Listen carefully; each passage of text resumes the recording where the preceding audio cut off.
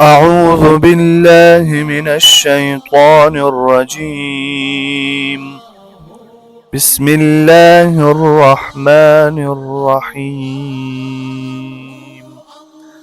سورة البقرة، رکوع نمبر 18، پارا نمبر 2، آیت نمبر 148. وَلِكُلٍّ وِجْهَةٌ هُوَ مُوَلِّيهَا فَاسْتَبِقُوا الْخَيْرَاتِ أَيْنَمَا تَكُونُوا يَأْتِ بِكُمُ اللَّهُ جَمِيعًا إِنَّ اللَّهَ عَلَى كُلِّ شَيْءٍ قَدِيرٌ. په دې آیت مبارکه کې الله رب العزت دا خبره کوي چې د هر مذهب والا خپل ځان ته خواخه قبله جوړه کړې ده. چې کومه قبله چې خواخه ده بس هغه ته لمونځونه کوي، هغه طرف ته مخ اړوي، لمونځ ورته کوي. او دویم مفهوم د دې آیات دا ده چې د هر یو مذهب والا خپل طریقه، خپل منهج دا ځان ته خواخ کړه ده. لکه الله رب العزت بل ځای کې فرمایي لِكُلٍّ جَعَلْنَا مِنْكُمْ شِرْعَةً وَمِنْهَاجًا. ګوره الله رب العزت هدایت او گمراهی دغه دوو وضاحتونو نه بعد انسان ته الله رب العزت اختیار ورکړه ده. الله رب العزت انسان ته د هدایت ولا لاره خیلی ده، د گمراهی ولا لاره او تخیلی ده، د کامیابی لاره او تخیلی ده، د ناکامی لاره او تخیلی ده. ګوره اوس انسان ته اختیار ده چې انسانه دا مختلفې لارې دي، مختلفې طریقې دي. که د هدایت ولا لارې باندې لاړې دنیا به د جوړیږي، آخرت به د جوړیږي. او که د ګمراهو خلکو نقش قدم باندې لاړې ګمراهي د اختیار کا، هدایت ته پرېږدولو، دنیا او آخرت کې د بربادۍ والا خبره ده. نه الله رب العزت طرف نه کوم حکم راغلی ده چې تاسو بیت المقدس نه مخونه راوړوئ، خانه کعبې ته لمنځونه کوئ.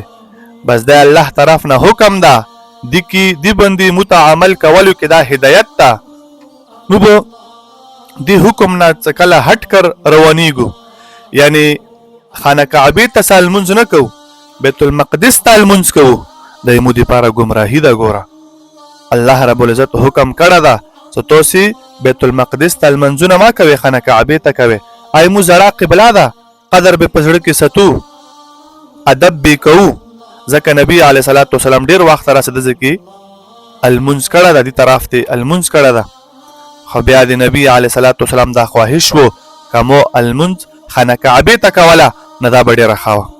نو ګوره الله رب العزت طرف نه وحي وشوه، اوس وحي الهي باندې عمل کول او د نبي علیه صلات وسلام طریقو باندې عمل کول، د څه پیغمبر کړي دي هغه لاره خپلول،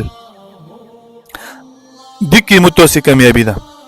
او لوره څوره دینونه دي، که عیسیان دي، که نصوارا دي، که یهود دي، هغو د نبي علیه صلات وسلام طریقو خلاف دي، دا محروم ادیان دي.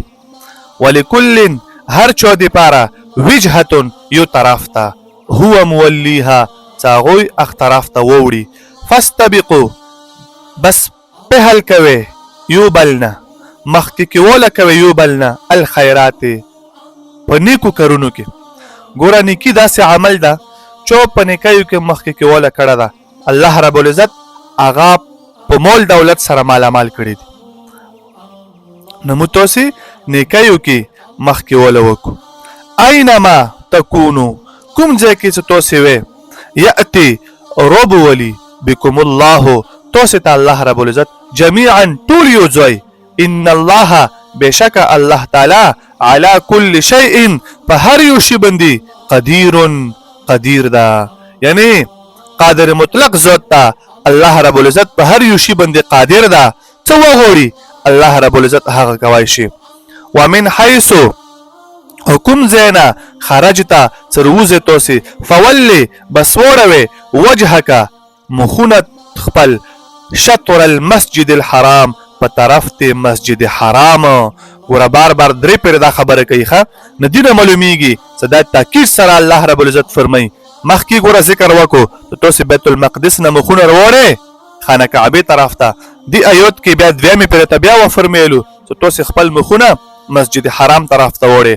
دریم آیات کې اوس بیا فرمایي چې تاسو خپل مخونه مسجد حرام طرف ته. دا ویلي ګوره دینه دا خبره معلومیږي چې دا خبره تاکید سره ده اهمیت ذکر کړه ده چې ګوره بیت المقدس ولا قبله دا منسوخ شوې ده دې باندې به اوس عمل نه کیږي عمل به خانه کعبې طرف ته کیږي.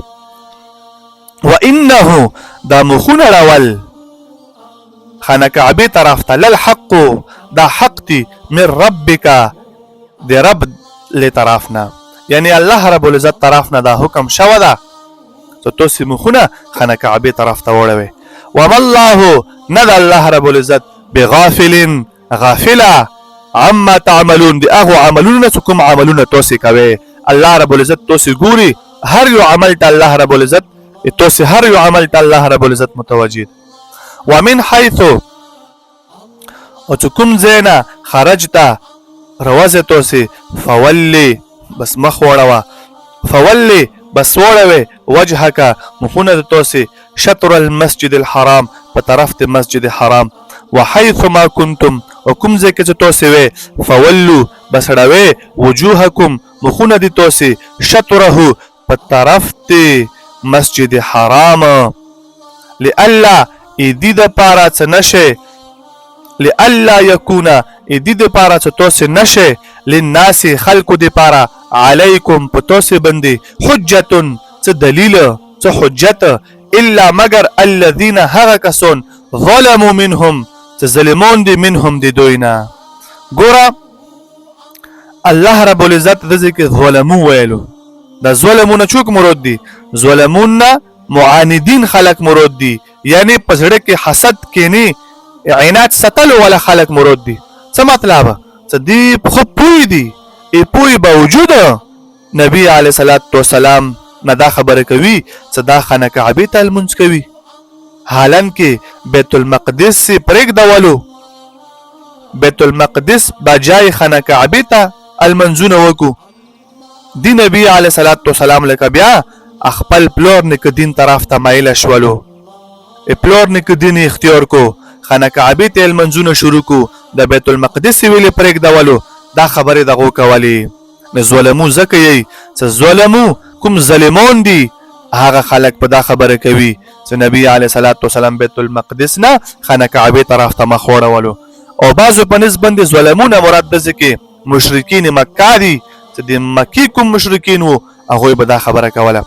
فلا تخشوهم تاسو ما ډریږئ د دوی نه وخشونی تاسو وډر شئ مونه یعنی ظلمونو نه وډر نشه. مطلب دا چې د مشرکینو خبرو پروا ما کوي. هغه ویلو چې نبی علیه الصلاۃ والسلام خپل قبله اختیار کا یعنی عن قریب ده چې د مدین بیت المقدس ولا هغه د پرېږ دولو دامونه وډر شولو چې مو ته کوم حکم وکړو. دا مطلب چې کچېتا تاسو دغه مشرکینو نه وډر شولې بیا تاسو بیت المقدس ته المنځونه کول شروع کو نو دوی به وایي چې ومکتلو نبی علیه الصلاۃ والسلام او دغه صحابه کرام دامونه وډر شولو. الله ته فرمایي چې تاسو خانه کعبې ته المنځونه کوي که دغه خبرو پروا ما کوي تاسو دوی نه ما ډریږئ تاسو مو نه وډر شئ.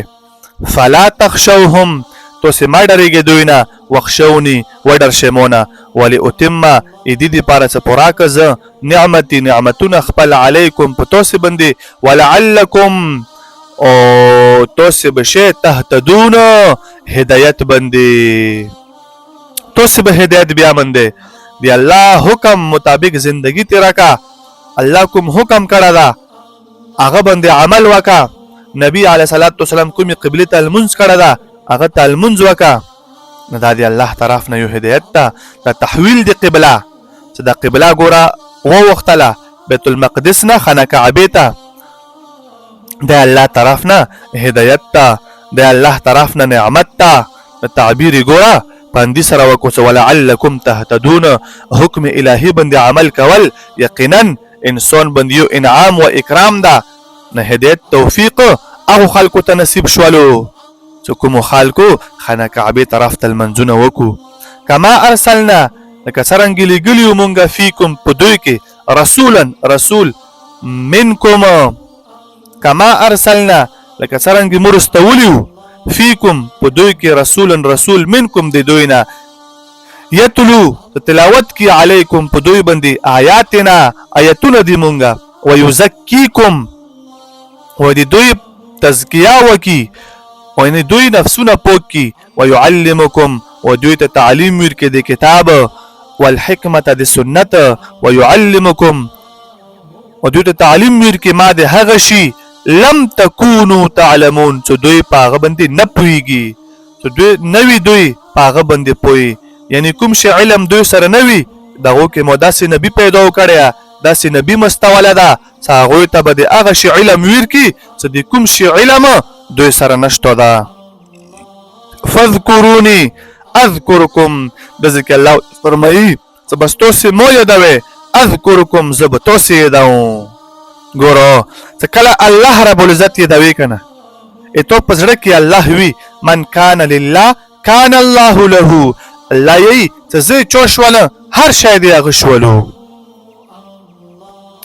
واشکروا لی او تاسو دې مو شکر ادا کوئ ولا تکفرون ناشکری ما کوي د مو د نعمتونو کوم نعمتونه الله رب العزت مو باندې کړی دي دغه شکر ادا کو د نعمت کفران بنه کو د نعمت ناشکری بنه کو او ذکر نه مطلب دا ده الله چې تاسو مو یادوي څه مطلب هر وخت الله یادوي یعنی تسبیح کوي سبحان الله یا لا اله الا الله الله اکبر یا الله یادوا په خستانه مو سره الله رب العزت ذکر کوا د زړونو اطمینان ګوره دا دی الله په یاد کې دا الا بذکر الله تطمئن القلوب الله فرمی تو سمو یادوي نه الله به د سیدو څه دی الله ذکر وکاو په زړه کې به الله سره محبت وي او د شکر مطلب دا ده چې الله رب العزت کوم قوتونه در کړی دي الله رب العزت کوم نعمتونه در کړی دي پاغه باندې صرف اور صرف